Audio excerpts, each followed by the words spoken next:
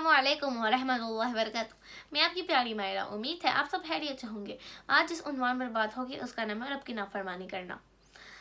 रब की नाफरमानी करना। इस आर्जी दुनिया में फ़ायदे हासिल करने के लिए हम किस तरह अपने रब की नाफरमानियाँ करते हैं।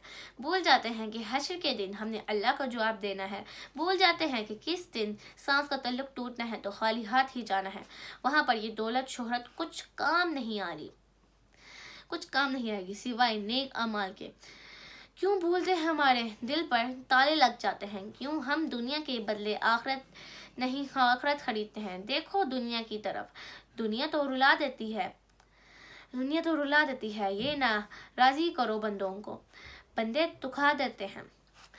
ना पीछे भागो हर वक्त दुनियादारों के, ये इंसान को कमज़ोर कर देते हैं।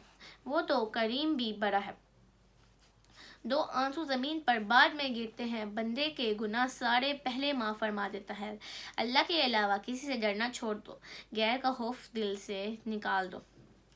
खौफ निकाल दे, खौफ निकाल फेंके। दुनिया क्या कहेगी याद रखना, इज्जतें भी रब देता है, जिल्लतें भी रब देता है, रिस्क का मालिक भी रब देता है। हज़रत मौला अली से किसी ने कहा, ये आप अपने साथ अपना बॉडी गार्ड क्यों नहीं रखते? आप अपने साथ अपना वारिस क्यों नहीं रखते? आप अपने साथ अपना गन मैन क्यों नहीं रखते? आप अपने साथ अपना बॉडी गार्ड क्यों नहीं रखते?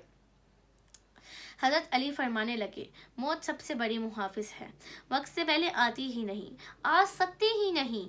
मौत का जब वक्त मुकर्रर है उसने उस जगह आ जाना है। खुदारा मौत के डर से बॉडी गार्ड रखते हो। मौत से इतना डर और रब का कोई डर नहीं कि क़यामत के दिन क्या मुँह दिखाना है।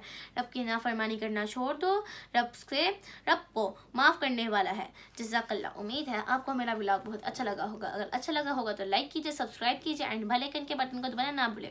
तब तक के लिए मुझे अपनी दुआ में याद रखिएगा। मिलते हैं अपने नेक्स्ट व्लॉग में, तब तक के लिए अल्लाह हाफिज़।